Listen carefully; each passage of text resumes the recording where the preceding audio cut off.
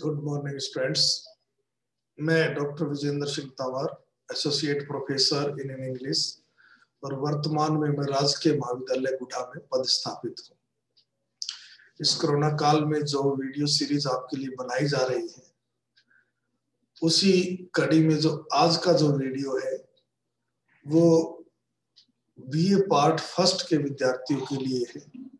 इन्होंने अंग्रेजी साहित्य विषय चुना है और पेपर फर्स्ट में ये जो वीडियो जिसमें बातचीत कर रहे हैं वो उसके सिलेबस के अंतर्गत है। इस वीडियो में हम रविंद्रनाथ टैगोर की बहुत ही प्रसिद्ध popular poem where the mind is without fear और हेवन ऑफ फ्रीडम, ये दो नाम है, एक ही पोएम है जो आपके जो किताब है उसमें दिया गया है, हेवन ऑफ फ्रीडम। और वैसे इसको ज्यादा इसका पॉपुलर नेम है where the mind is without fear. उसके एक्सप्लेनेशन के बारे में हम बातचीत करेंगे। बहुत ही पॉपुलर पोएम है, इतनी पॉपुलर पोएम है कि लगभग हर व्यक्ति जिसने भी इंग्लिश लिटरेचर लिया है और थोड़ी सी भी जानकारी है, 8वीं 10वीं तक भी इसको लगाया जाता है कि बहुत इंपॉर्टेंट पोएम है। इसके बारे में आपका जानना भी जरूरी है, इसलिए इसको बड़े डिटेल में एक एक शब्द के हिसाब से करेंगे। छोटी सी पोएम है। तो सबसे पहले कवि के बारे में। जो हमारा जो कवि है वो है Rabindranath Tagore. He was born in 1861 and died 1941। ये उसका जीवन काल है, यानी हम कह सकते हैं उस दौरान उसका जन्म और मृत्यु हुई जब हमारा देश संघर्ष कर रहा था आजादी के लिए। He was a Bengali poet। Bengal से तो हमारे देश के बहुत महान महान व्यक्ति निकले हैं। राइटर, कंपोजर, म्यूजिशियन भी था, फिलोसफर और पेंटर भी था। इसके बारे में कहा जाता है कि he reshaped Bengali literature and music, मतलब उसको पुनर्आकृति प्रदान की इसने बंगाली जो अपनी सम्मान खो चुका था। As well as Indian art with contextual modernism in the late 19th and early 20th century। 19वीं शताब्दी के अंत में और उसके 20वीं शताब्दी के शुरुआत में उसने इंडियन आर्ट को मॉडर्निज्म के साथ, कॉन्टेक्सुअल मॉडर्निज्म के साथ पेश किया। और उसने अपने जीवन में stories, novels, plays and poems सभी लिखे हैं। आप ये कह सकते हो किसी एक क्षेत्र तक सीमित नहीं था, इसलिए हम इसको ऑलराउंडर और ए वर्सेटाइल जीनियस कह सकते हो। बहुआयामी प्रतिभा के धनी थे। इनकी इसी उपलब्धि के लिए इनको 1913 में नोबेल पुरस्कार साहित्य के लिए मिला और ये एशिया में पहले व्यक्ति थे जिनको साहित्य पुरस्कार मिला। और जिसके लिए मिला वो उनकी कलेक्शन थी गीतांजलि। गीतांजलि यानी कि सॉन्ग्स ऑफ ऑफरिंग। इसमें क्या है, 108 पोएम है, छोटी छोटी पोएम है और बहुत ही, अगर हम ये कहें मुश्किल से 500 लाइन भी नहीं होगी, 500 तो नहीं, 1000 एक लाइन होंगे कह सकते हो आप की पोएम कलेक्शन है 108 पोएम्स की। तो उसी गीतांजलि से जो आपकी जो गीतांजलि है उसी की एक पोएम है, ये जो है the mind is without fear. तो इसके बारे में करेंगे। Rabindranath Tagore occupies an honorable place in the hearts of Indians। भारतीयों के दिलों में उसका एक सम्मानजनक स्थान है। वो इंडियन कल्चर का नेशनल रिसर्जेंस का महान कवि माना जाता है। As a poet of Tagore's visions, जो भारत में बहुत ही डेलिकेट और ये रियलिस्टिक है। हिज पोएट्री पाठक के दिल और दिमाग दोनों को प्रभावित करती है। अब आते हैं इस पोएम के बारे में। ये जो पोएम, जैसा मैंने आपको बताया कि आपने जो किताब है स्ट्रिंग्स ऑफ गोल्ड, उसमें इसका टाइटल है हेवन ऑफ फ्रीडम, जो कि बहुत ही पॉपुलर पोएम है।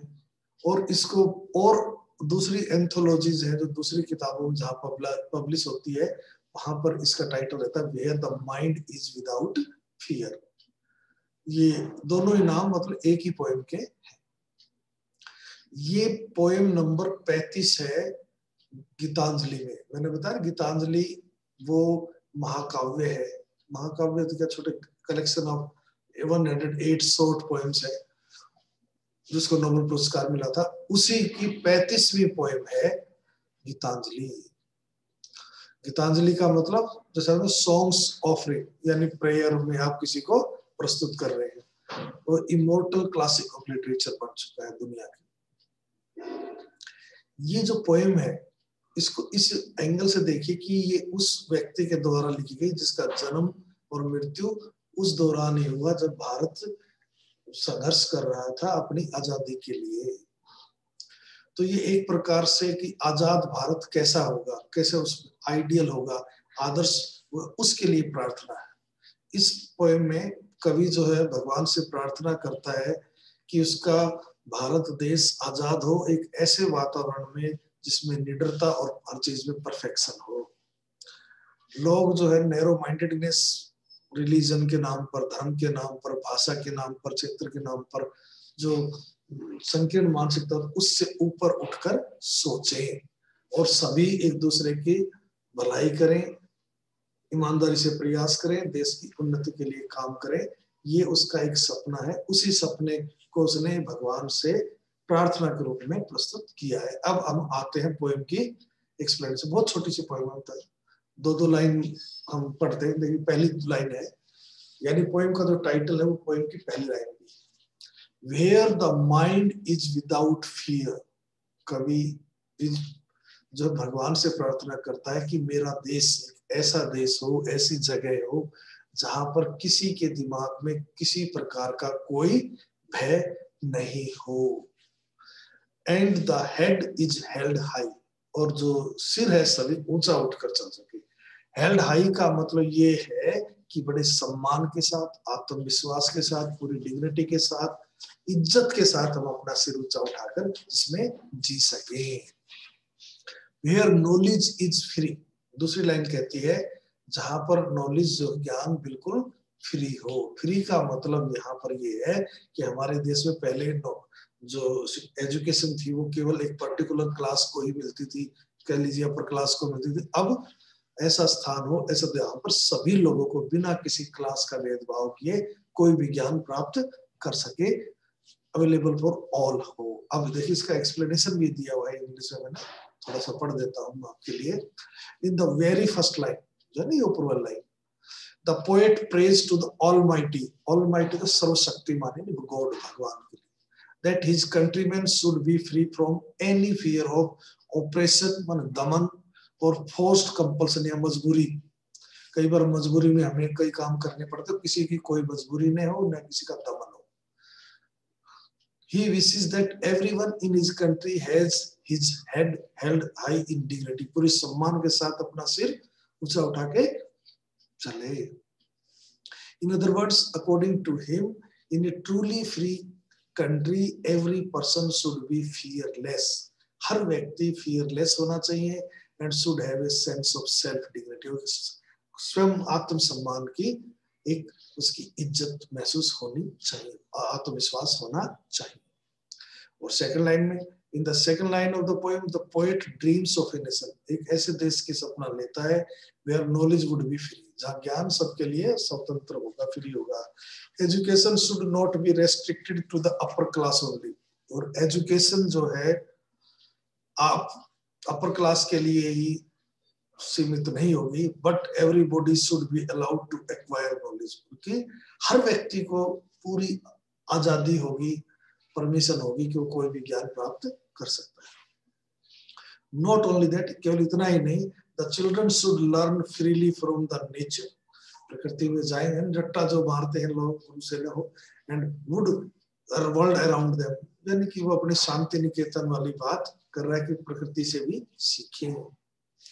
They should not be forced memorize some predetermined lesson, जैसा कि आमतौर पर नजरिए रट्टा मार के लेते हैं बच्चे, वो चीज नहीं होगी।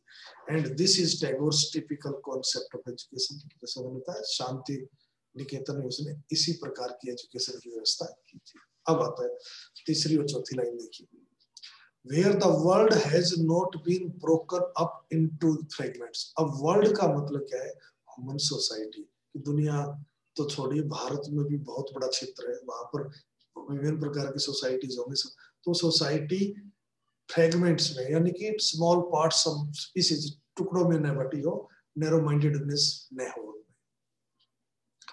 बाय नैरो डोमेस्टिक वॉल्स, किस प्रकार की? नैरो का मतलब संकीर्ण, internal division due to caste, creed, language, area etcetera. ये जो वॉल्स है, नैरो डोमेस्टिक वॉल, घरेलू, हमारे देश में ही इस प्रकार की समस्या, इन सब से वो ऊपर उठकर सोचे। अब इसका एक्सप्लेनेशन देखिए। इन दीज टू लाइन्स कवि कहता है, the poet emphasizes the unity of not only of his countrymen but also of the entire world. पूरी दुनिया की एकता की बात कर रहा है। He thinks there should be no division, मतलब बंटवारा नहीं हो अमंग पीपल, खासकर लोगों में, based on their caste, creed, संप्रदाय, कलर, रिलीजन और अदर बेसलेस सुपरस्टिशन। बिना आधारहीन अंधविश्वास के आधार पर कोई भेदभाव नहीं हो कि ये फला है, इसके लिए ये अवेलेबल है, उसके लिए ऐसा कुछ नहीं होना चाहिए। इन अदर वर्ड्स, प्रेजुडिस, पूर्वाग्रह, एंड सुपरस्टिशंस, अंधविश्वास, should not divide the people in groups and break their unity। लोगों को आपस में न बांटे और उनकी यूनिटी न जाए। अब 5वीं 6ठी लाइन देखिए, where words come out from the depth of truth। Words का मतलब स्पीच, शब्द जो भी लोग बोले वो कहाँ से आने चाहिए? सच्चाई की गहराई से। सच्चाई की गहराई का मतलब ईमानदारी से, ऑनेस्टी से लोग अपनी बात कहें, मतलब दिखावा न हो, जो कुछ भी हो सच्चाई हो उसमें। वेयर टायरलेस, बिना थके। स्ट्राइविंग होता है try very hard to achieve something. Stretches, फैलाना, वाइडन, मेक्स समथिंग लॉन्गर और वाइडर। इट्स आर्म, जहां पर हर कोई अपने भुजाओं को ईमानदारी से बोलते हुए, कोशिश करते हुए आगे बढ़ाए, किसके लिए? टुवर्ड्स परफेक्शन, मतलब परफेक्शन हासिल करने के लिए, पूर्णता हासिल करने के लिए। इस लाइन में जो भी हम बात कर रहे हैं वो, यानी कि हर कोई व्यक्ति परफेक्शन हासिल करने के लिए अपना पूरा योगदान दे, ऐसा मेरा देश हो। तो इसी को हम देखिए, इंग्लिश में कहते हैं, in line 5th of the poem, Tagore wants a nation where people are truthful, जहां पर लोग सच बोलते हो, सच बोलने वाले हो, सच्चे हो। They should not be superficial, मतलब ऊपरी बनावटी न हो। And words should come out from the depth of their hearts, दिल से निकले, यानी ईमानदारी से जो भी बात कहे वो उसमें ईमानदारी हो, बनावटीपन न हो। और 6th लाइन में कवि कहता है कि हर कोई हार्ड वर्क करे, बहुत कठोर परिश्रम करे अपने गोल को प्राप्त करने के लिए, और लंबे दीर्घ काल में कह सकते हो उसको, परफेक्शन को हासिल किया जा सके। वो थके नहीं काम करने से, काम करते रहे, और लेजी नहीं हो, और अपने काम को उपेक्षित न करें, बल्कि अपने काम में लगे रहें। अब हम बात करते हैं line number 7th and 8th, where the clear stream of reason has not lost its way। देखिए, स्ट्रीम का झरना, जो साफ सुथरा झरना बह रहा है, जिसमें किसी प्रकार का कोई पत्ता, दाग, लकड़ी वकड़ी कुछ न हो, मतलब साफ सुथरा झरना, वो अपना रास्ता न भटके, यानी अपने रास्ते में चलता रहे। कहाँ रास्ता भटक सकता है झरना? इनटू द ड्रेरी डेजर्ट, जो कि बहुत ही, ड्रेरी का मतलब होता है डल, नीरस रेगिस्तान में अपना रास्ता भटक जाए।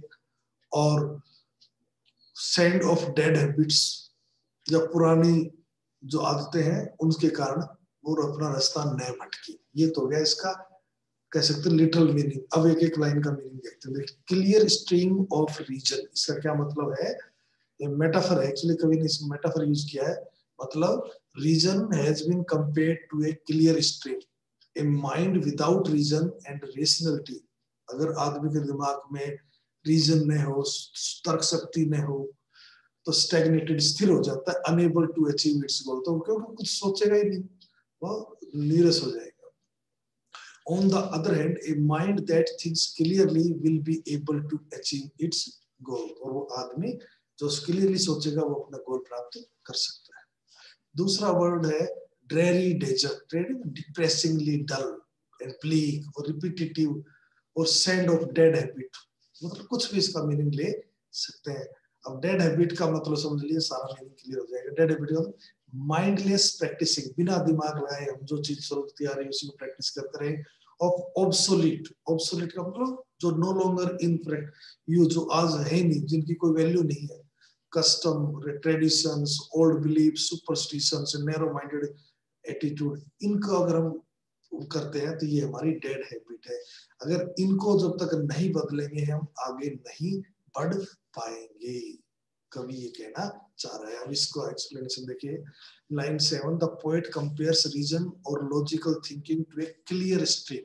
सब स्पष्ट होना चाहिए, उसमें किसी पर भी मिलावट नहीं होनी चाहिए। In the next line compares dead habits और superstitions beliefs to a dreary desert, ऐसा खतरनाक डेजर्ट जो कि रेगिस्तान को खत्म कर दे, उस झरने को बंद कर दे। He wants the stream of reason not to lose its way into the desert of prejudice. पूर्वाग्रह के रेगिस्तान में अपना लॉजिकल थिंकिंग में हम खोए, मतलब लॉजिकल थिंकिंग हमारी बनी रहे, हम तर्क संगत ढंग से ही सोचें। People's thoughts should be monitored, उनका मॉनिटर हो बाय रेशनल थिंकिंग, यानी तर्क संगत सोच से, नॉट बाय सुपरस्टिशन, अंधविश्वास से नहीं। Logic should rule over baseless belief, जो हमारे आधारहीन विश्वास उन पर हम लॉजिकल ढंग से सोचें और निर्णय लें। अब लास्ट जो ये लाइन है 9 से 11, यानी 11 लाइन की ही पोएम है। कितनी छोटी सी पोएम है, कितना इसमें गहन अर्थ छिपा हुआ है। Where the mind is led forward by thee, led forward आगे ले जाना, जहां दिमाग को आगे ले जाया जाए, by thee mean by you, by God, into ever widening thought and action। देखिए मीनिंग भी दिया हुआ है, a process where people break all obsolete rules, attain thoughtfulness and put those thoughts into action as they fight for freedom from colonial rule। मतलब हर प्रकार अंधविश्वास, छोटी narrow mindedness, उनसे लड़कर हम आगे एक अच्छे एक्शन के लिए, अच्छी चीज के लिए आगे बढ़े, हमारी सोच और विस्तृत होती जाए, ब्रॉड माइंडेड होती चली जाए। Into that heaven of freedom, उस आजादी के स्वर्ग में माय फादर यानी गॉड को वर्ड यूज किया गया है। Let my country awake, country awake का मतलब कि क्या कहना चाहता है, an indication of a prayer, भगवान से प्रार्थना है to the almighty to help the people of India fight for their freedom, आजादी में उनकी मदद करे भगवान, and break free from the bondage of British rule, और ब्रिटिश रूल्स के बंधन से हमें मुक्ति मिले। एक्सप्लेनेशन क्या हुआ देखिए, in the line 9 and 10 the poet wishes his countrymen to be progressive, थोड़े से उन्नतशील हो, ब्रॉड माइंडेड, विस्तृत दिमाग के हों, सोच के हों। He wants that their mind are led forward to ever widening thought and action by the Almighty। चाहता है कि भगवान उनको और ज्यादा उनकी सोच को विस्तृत बनाता चले। In short, his countrymen should be open-minded, यानी वही broad-minded, and do something unusual and extraordinary, ऐसा धारण बात करें, overcoming the narrowness of mind, संकीर्णता, दिमाग की संकीर्णता को काबू में कर उससे आगे बढ़े। In the final line of the poem, the poet addresses the God as father, father के रूप में संबोधित करता है। He asks, उनसे प्रार्थना करता है, to awaken his country into such a heaven of freedom, ऐसे स्वर्ग जैसे आजादी के क्षेत्र में मेरे देशवासी जगें, where the above condition meet, जहाँ पर ये पूरी जो सत्य जो उसने बताई है वो सब पूरी हो। कहने का मतलब कि कवि ये चाहता है कि भगवान उसकी इच्छा को पूरी करे और उसका देश तरक्की करे, यही उसकी कह लीजिए प्रार्थना है। Thank you very much.